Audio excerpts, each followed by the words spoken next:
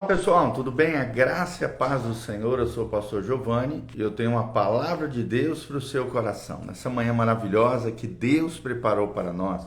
Por isso nós estamos alegres. Hoje vamos ler o Salmo de número 70. Nós estamos numa série de estudos sobre o Salmo 70. Juntamente com isso, estudando alguns personagens da Bíblia Sagrada e as chaves espirituais, lições valiosas na vida deles. Mas também estamos intercalando aqui com a leitura do livro dos Salmos, o Salmo de número 70. Começamos lá no Salmo 1, 2, 3, tal, e já estamos no Salmo 70. E o nosso propósito é terminar todos os 150 salmos diante da presença do Senhor. Então, vamos ler juntos a palavra de Deus, porque ela é lâmpada para os nossos pés e luz para o nosso caminho. Abra o seu coração. Deixa Deus falar com você através do texto sagrado. A Bíblia diz no Salmo 70, praza-te, ó Deus, em livrar-me. Dá-te pressa, ó Senhor, em socorrer-me. Sejam envergonhados e cobertos de vexame os que me demandam a vida. Tornem atrás e cubram-se de ignomínia. Seriam vergonha aqui, né? Os que se comprazem no meu mal. Retrocedam por causa da sua ignomínia ou vergonha. Os que dizem bem feito, bem feito. Folguem e em ti se rejubilem todos os que te buscam, os que amam a tua salvação. Digam sempre, Deus seja magnificado. Eu sou pobre e necessitado, ó Deus, apressa-te em valer-me, pois tu és o meu amparo e o meu libertador. Senhor, não te detenhas. Senhor, não te detenhas. Então, um lindo salmo. São 5 versículos, um salmo pequenininho, Salmo 70, que fala sobre a oração em tempos de angústia. Esse salmo é uma repetição com algumas variantes, né, do Salmo 40, entre 13 a 17. É um segundo salmo que é repetição de outro salmo, como eu falei aqui, o Salmo de número 40. O primeiro foi o Salmo 53, que é uma reprise do Salmo 14. E no segundo momento, agora, o Salmo 70... formam, né, os 5 últimos versículos do Salmo 40. Alan Harman, um grande teólogo, estudioso da palavra de Deus, sugere que esses versículos do Salmo 70 foram tirados do Salmo 40 e recapitulados, né, renovados aqui, usados em algum momento de grande aflição pelo salmista aqui, ao mestre de canto, é claro, Davi, escrevendo o Salmo 70. Derek Kidner, um outro erudito, teólogo, cristão, ele acredita que essa duplicação surgiu por meio de compilação que se fizeram de coleções separadas do livro dos Salmos.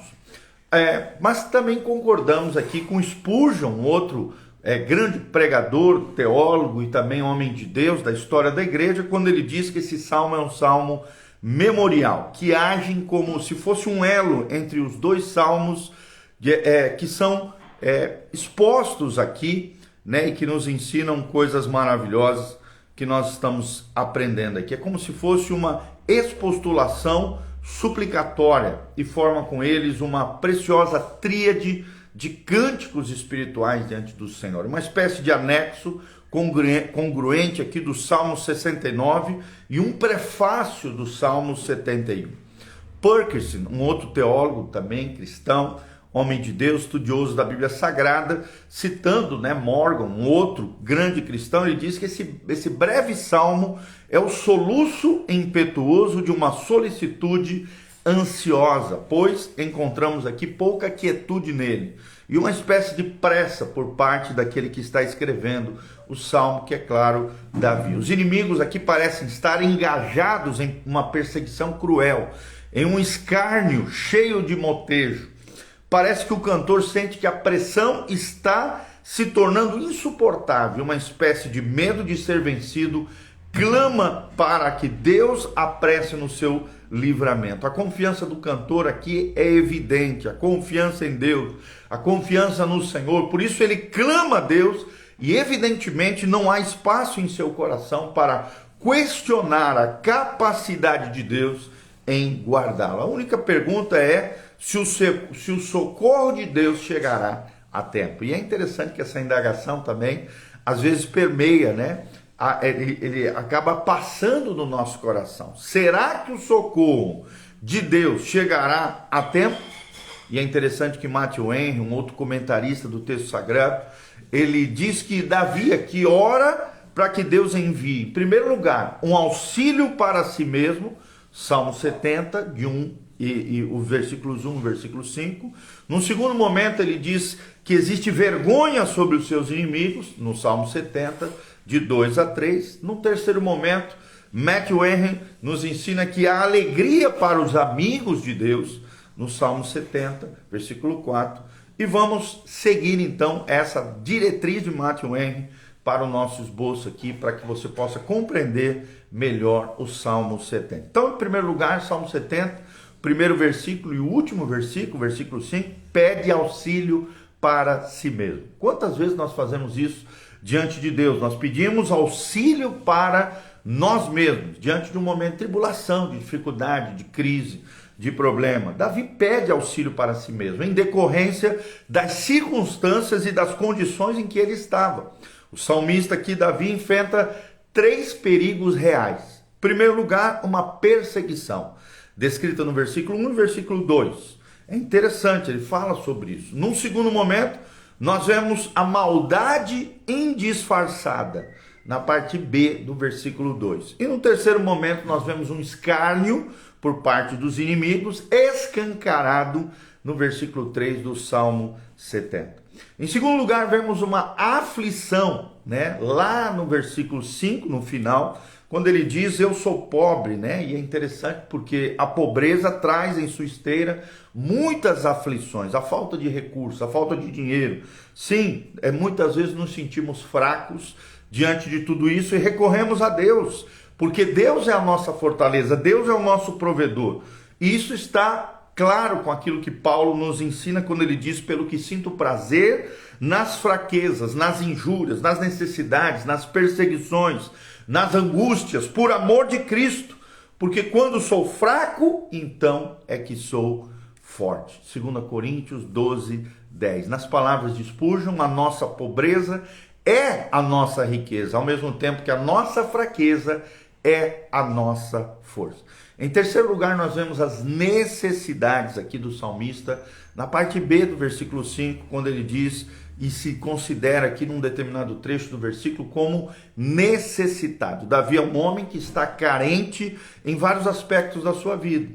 Ele é um homem que está carente de amigos, é vítima da trama dos seus inimigos, os quais se alegram com sua desdita e fazem planos para tirar a sua vida. Quando, porém, os recursos da terra se esgotam, o auxílio dos homens se torna ineficaz, recorremos em oração e encontramos em Deus socorro e salvação. Vou repetir: quando os recursos da terra se esgotam, quando os auxílios dos homens se tornam ineficazes, recorremos em oração e encontramos em Deus socorro e salvação.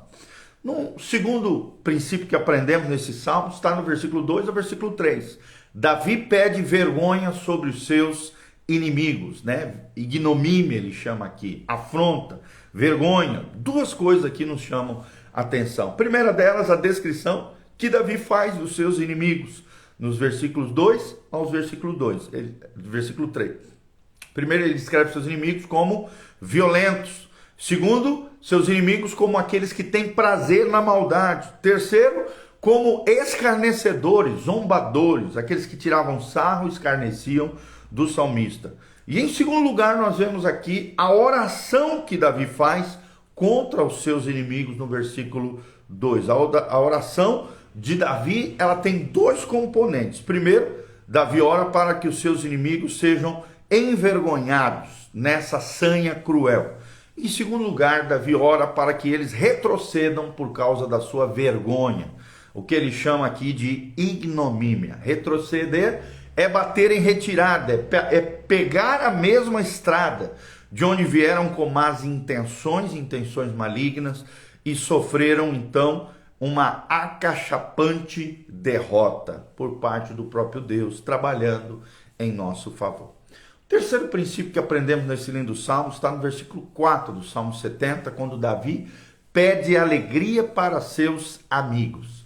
Davi pede alegria para os seus amigos. E é o que brota também no nosso coração. Verdadeiro amigo é aquele que se alegra conosco. Davi ora para que aqueles que buscam a Deus, aqueles que amam a sua salvação, se alegrem nele e também vivam para adorá-lo e para exaltá-lo. Spurgeon, grande especialista do texto sagrado, tem razão em dizer que a ira contra os inimigos não deve nos fazer esquecer dos nossos amigos, pois é melhor salvar um único amigo do que matar 1000 inimigos. Vou repetir, melhor é salvar um amigo do que matar 1000 inimigos. E essas duas verdades são sublimes nesse lindo Salmo 70, versículo 4. Em primeiro lugar, a alegria é o cálice daqueles que buscam a Deus. A alegria é o cálice daqueles que buscam a Deus. E em segundo lugar, o culto a Deus é a razão maior da nossa vida. O culto a Deus promove alegria, desfrutamos da sua presença.